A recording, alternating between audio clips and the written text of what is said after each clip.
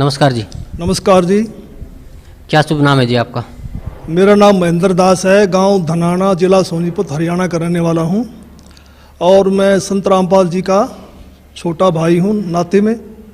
संत रामपाल जी महाराज की शरण में आने से पहले आप कौन सी भक्ति करते थे? वैसे तो भक्ति की रुचि बचपन से ही थी, फिर महाराज जी का बचपन से ही साथ मिलने से हनुमान जी की भक्ति, भगवान शिव के व्रत रखना, शिवलिंग पे जल चढ़ाना, वह भगवान विष्णु जी को विशेष रूप से मानता था, भगवान श्री कृष्ण जी को। जो आम हिंदू लोग करते हैं वही भक्ति हम करते थे। फिर मैं नौकरी लग गया, गुरु जी संत रामपाल जी से मैं दूर हो गया। मैं चंडीगढ़ रहा 8 साल, वहाँ जा करके रुचि भी खत्म हो गई। संत रामपाल जी महाराज की शरण में कैसे आए?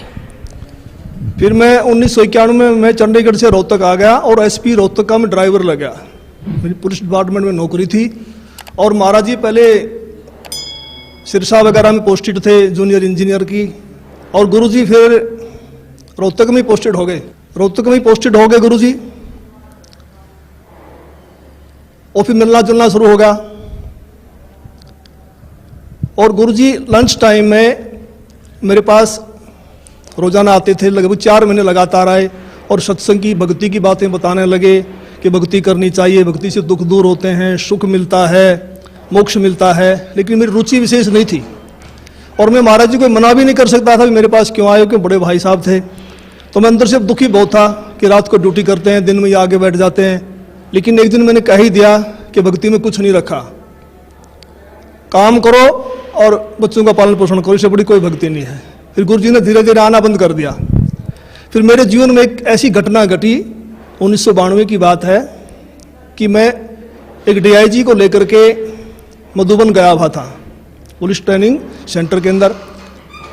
रात को वहाँ ठहरे, मैं सुबह सोकर उठा तो मैंने देखा, मैं चारपाई पर लेटा हुआ, मेरी आंखें खुल गई। तो लेटे लेटे मैं क्या देख रहा हूँ कि मेरे पैरों की तरफ उस मकान यानी कमरे में 2 खिड़कियाँ थी। एक खिड़की में महाराज जी कम से कम 8-10 फीट ऊपर आसमान में बैठे हैं। वो सीन मुझे आज तक याद है। काले रंग के चश्मे लगा रखे थे, लाइनिंग वाला शर्ट, काली पैंट, और ऐसे बैठे हैं जैसे पद्मासन होता है, हाथ जोड़कर। तो संत रामपाल जी की तरफ 2 पैर दिखाई दे रहे हैं, घुटने से नीचे बिल्कुल लाल रंग के, जैसे सूर्य सुबह निकलता है। तो मैं देख कर डर गया। मैंने अपनी घड़ी देखी, द्वार पे एक घड़ी लगी हुई थी, उसको देखा भी 7 बज गए हैं। दूसरी खिड़की से देखा तो शहतूत का पेड़ है, चिड़िया बैठी हैं। लेकिन मैं ये सीन क्या देख रहा हूँ, कम से कम 5 मिनट मैंने सीन को देखा। तो मैं डर गया कि मैंने समझा कि भाई कहीं गुरुजी मर गए हैं, उनकी आत्मा मुझे मिलने के लिए आ रही है। उस समय फ़ोन भी नहीं थे, मैं DIG को बोल भी नहीं सकता था कि मेरा भाई मर गए हैं। तो मैं बहुत चिंतित हो गया। हम 1 बजे मधुबन से रोहतक के लिए चले, हम लोग 3 बजे वहाँ पहुँच गए। मैं गाड़ी खड़ी करके सीधा मकान पे गया, गुरुजी के मकान के ऊपर। तो जाके मैंने देखा गुरुजी ठीक ठाक मिले, मन में शांति हुई। तो गुरुजी ने पूछा भी कैसे आना हुआ आज दिन में, कैसे टाइम मिल गया। तो मैंने घटना के बारे में बताया। मैंने कहा जी मैंने तो ऐसे ऐसे एक घटना देखी सुबह सुबह, मैं डर गया कहीं आप मर ना गए हो। तो महाराज जी ने कहा कि मेरे स्वरूप में कबीर परमेश्वर आए थे और अब आपको भक्ति मिल जाएगी। तो मैंने कहा जी मैं तो ड्रिंक्स वगैरह कर लेता हूँ, वो छूटती नहीं, भक्ति कैसे करूँगा। तो गुरुजी ने कहा जा, आज के बाद नहीं पिएगा। तो उनके एक शब्द से ऐसी दीवार खड़ी होगी कि आज 1992 की बात है, आज 2013 हो गया, यानी लगभग 21 वर्ष हो गए। वो आज तक मैंने शराब को छुआ तक नहीं है। तो उसके बाद गुरुजी ने अपने गुरुजी से मुझे नाम दिलवाया, संत राम देवानंद जी महाराज से। उस समय गुरुजी को आज्ञा नहीं थी नाम की। मैं भक्ति में ज़रूर लगा, क्योंकि महाराज जी बताते थे कबीर साहब पूर्ण परमात्मा हैं, इनसे सबसे ऊपर हैं। तो मैंने उनको उदाहरण दिया कि पुलिस में तो ऐसे होता है। उस समय पुलिस वाले बहुत नाजायज़ किया करते। कोई कहता मैं फलां का सिफारशी हूँ, उसको पकड़ लिया तो उसकी कुटाई कर देते थे, फ़ोन आता छोड़ देते, हमें नहीं पता जी आपका था। कहीं ऐसा ना हो कि ये नीचे देव देवता हमें कूट दें और जब तो कबीर साहब ऊपर से आए। लेकिन मैं लगा जरूर रहा, लेकिन विशेष विश्वास नहीं था भी कबीर साहब पूर्ण परमात्मा है। तो महाराज जी ने कहा कि आप ये नाम जपते रहो, इन नाम से आपका विश्वास हो जाएगा। तो फिर 1994 में गुरु जी को आज्ञा होगी नाम की, फिर महाराज जी ने दोबारा से हमारे को नाम दिए, फिर सार नाम दिया। मैं भक्ति में लगा रहा, लेकिन कबीर साहब के बारे में मैं पूछता था कि वेदों में दिखाओ, गीता जी में दिखाओ, तो महाराज जी कहते समय आने तो सब कुछ दिखाऊंगा मैं, अब ये करते रहो। तो फिर ऐसी घटना घटी कि एक दिन मैं सोया हुआ था और मेरी आत्मा निकल के ऊपर ब्रह्मांड में चली गई, बहुत ऊंचाई पर। वहाँ विष्णु भगवान खड़े हैं श्री कृष्ण जी के रूप में, उनके सिर पर ऐसे मोर का चंदा है, मोर मुकुट है, और मेरे से कह रहे हैं कि जिस भक्ति पे आप लगे हो ये भक्ति बड़ी कठिन है, ये मार्ग बड़ा कठिन है, अगर इतना आसान होता तो सभी यहाँ से निकल जाते। और एक बात का ख्याल रखना, मेरे भक्तों को मत तोड़ना। जैसे मेरी आत्मा, मेरा सूक्ष्म शरीर मेरे शरीर में आया तो मेरी आँख खोली तो मेरा सारा शरीर पसीने से भीगा हुआ था, और मैं बिल्कुल सर्दी का महीना था, मैंने कपड़े चेंज किए पसीना पोंछकर, और मैं सुबह उठ करके अपनी ड्यूटी पे आया तो महाराज जी से मुलाकात हुई। मैंने महाराज जी को बताया कि ऐसे ऐसे घटना घटी रात को। तो महाराज जी ने कहा कि आपको विश्वास नहीं हो रहा था कबीर साहब के बारे में, और आप कृष्ण जी को ज़्यादा मानते थे, इसीलिए कृष्ण जी के मुख से ही आपसे कहलवा दिया गया है कि ऊपर और शक्ति है और रास्ता है। तो उस दिन के बाद मैंने पीछे मुड़ के नहीं देखा, और फिर मैं सही ढंग से भक्ति करने लगा।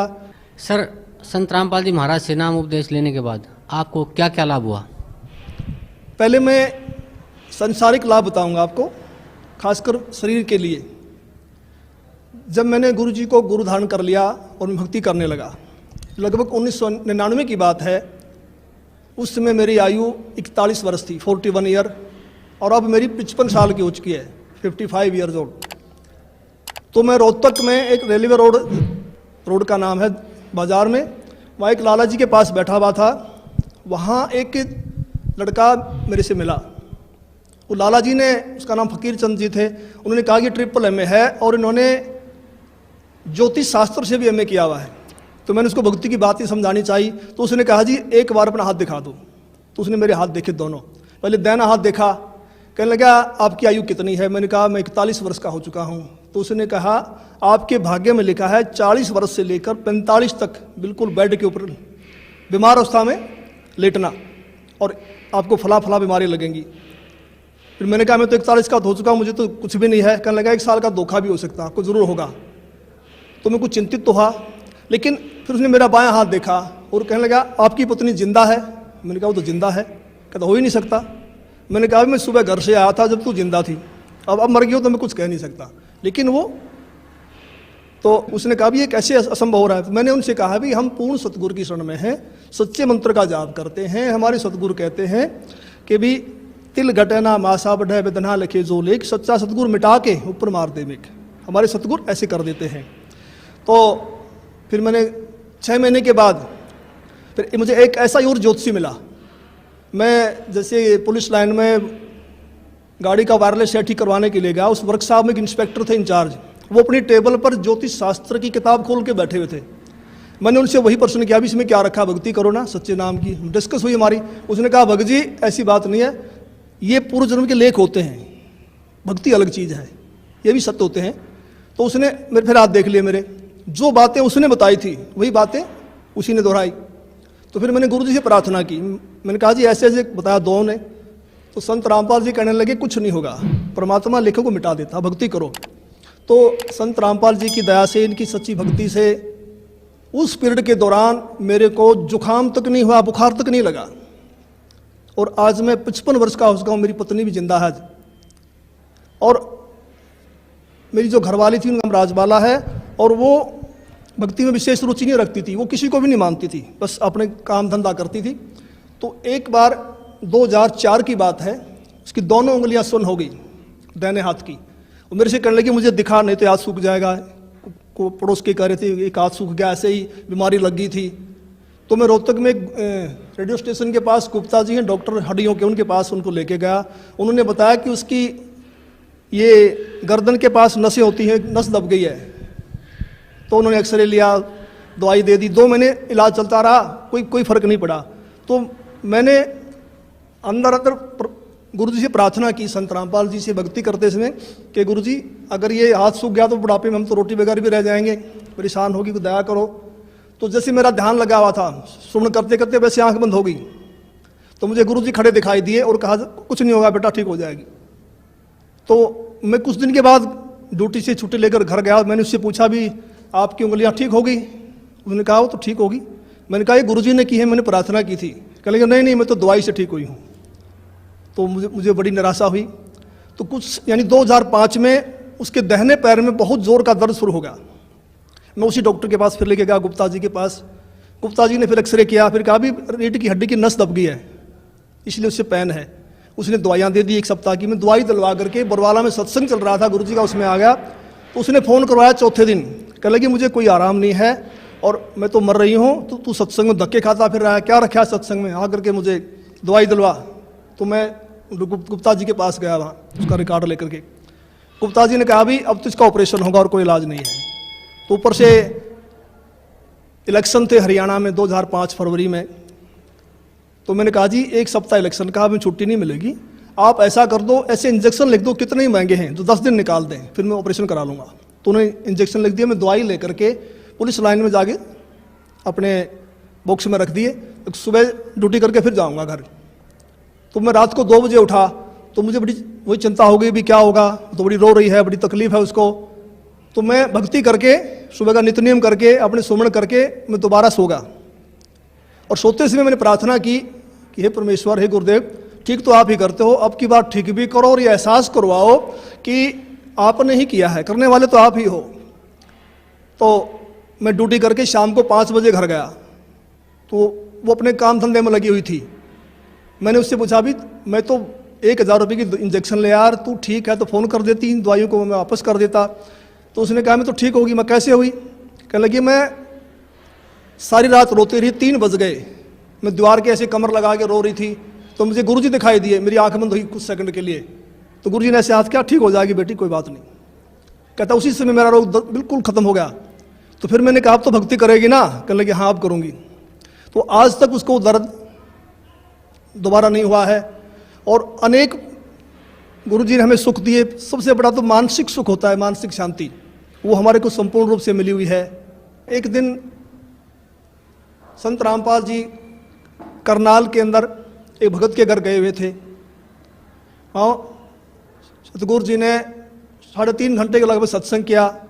जब चलने लगे तो एक औरत ने, जो काफ़ी बुजुर्ग थी, कोई 65 साल के करीब उनकी उम्र रही होगी, उन्होंने कहा कि जी मैं आपसे कुछ बात करना चाहती हूँ। तो गुरुजी ने कहा ठीक है पूछो।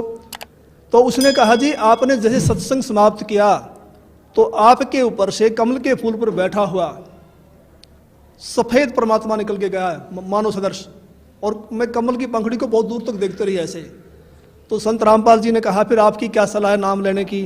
तो उसने कहा मैंने तो गुरु बनाया हुआ है राधा स्वामी व्यास से, और मैं तो मंदिरों में भी जाती हूँ, देवताओं की पूजा भी करती हूँ। तो महाराज जी ने कहा देखो उनके फूटे भाग, ये सच्चाई को देखकर भी नहीं मान रही हैं।